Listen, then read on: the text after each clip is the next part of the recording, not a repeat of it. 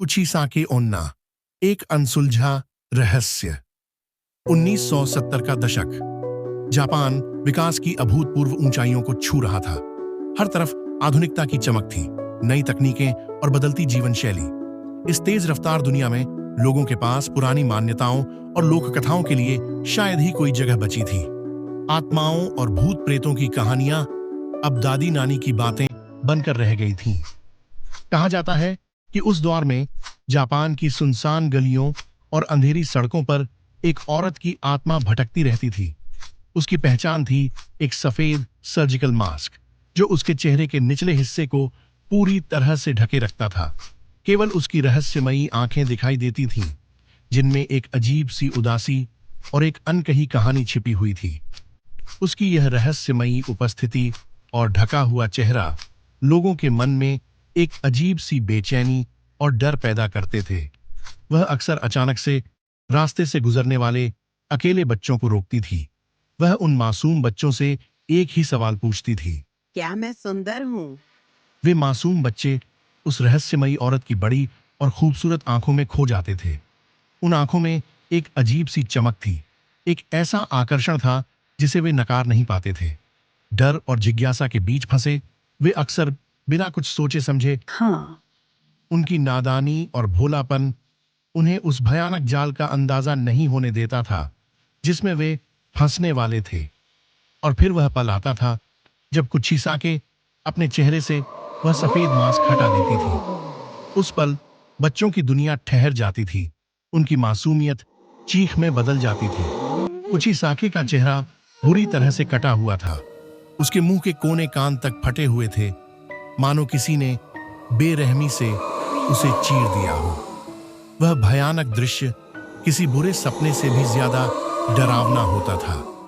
उस भयानक रूप को दिखाकर वह दोबारा वही सवाल पूछती थी, लेकिन इस बार उसकी आवाज में पहले वाली कोमलता नहीं होती थी।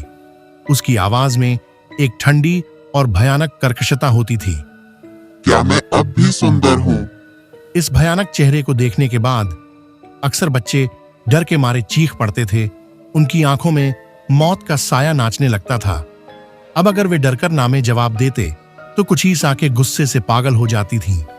उसकी आंखों में खून उतर आता था और उसके हाथ में पकड़ी हुई एक बड़ी सी कैंची चमक उठती थी।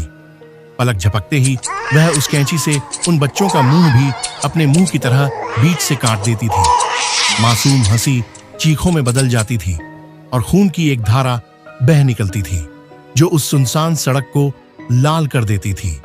बिना किसी दया और करुणा के वह उन्हें उसी कैंची से मार देती थी, उनकी छोटी सी जिंदगी को बेरहमी से खत्म कर देती थी।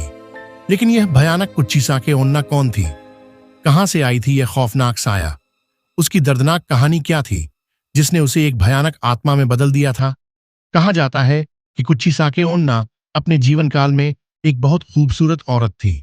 उसकी सुंदरता अद्वितीय थी और उसे अपनी इस सुंदरता पर बहुत नाज था। वह घंटों आईने के सामने खड़ी रहती थी, अपनी छवि को निहारती रहती थी। उसकी सुंदरता पूरे शहर में मशहूर थी और हर कोई उसकी एक झलक पाने के लिए बेताब रहता था।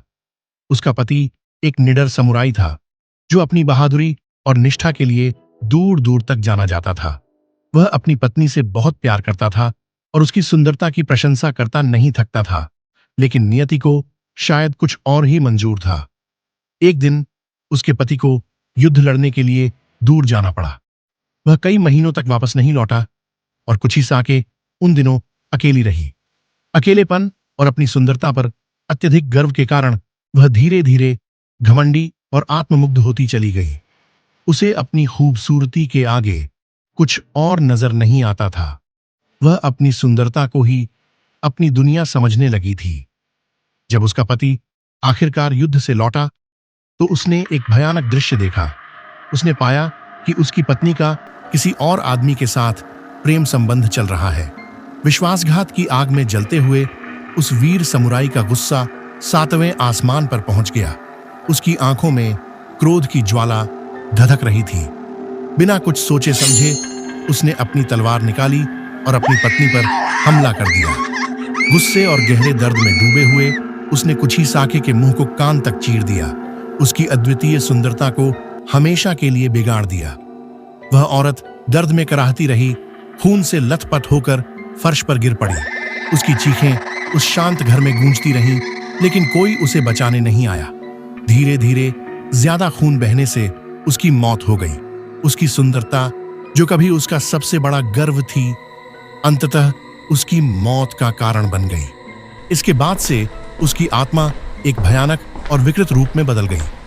वह अपना आधा कटा हुआ मुंह छुपाने के लिए एक सर्जिकल मास्क पहनती थी और जापान की सुनसान गलियों और अंधेरी सड़कों पर भटकती रहती थी। उसके मन में केवल एक ही इच्छा थी, बदला लेना। वह हर उस आदमी और बच्चे से एक ही सवाल पूछती थी जो उसकी राह में आता था, क्या मैं सुंदर हूं? उसकी आवाज में एक दर्दनाक विनती होती थी, लेकिन उसकी आंखों में उस भयानक रात का बदला लेने की एक ठंडी और डरावनी चमक दिखाई देती थी। अगर कोई हाँ में जवाब देता तो भी वह अपना भयानक चेहरा दिखाकर उन्हें डरा देती और अक्सर अपनी कैंची का शिकार बना लेती।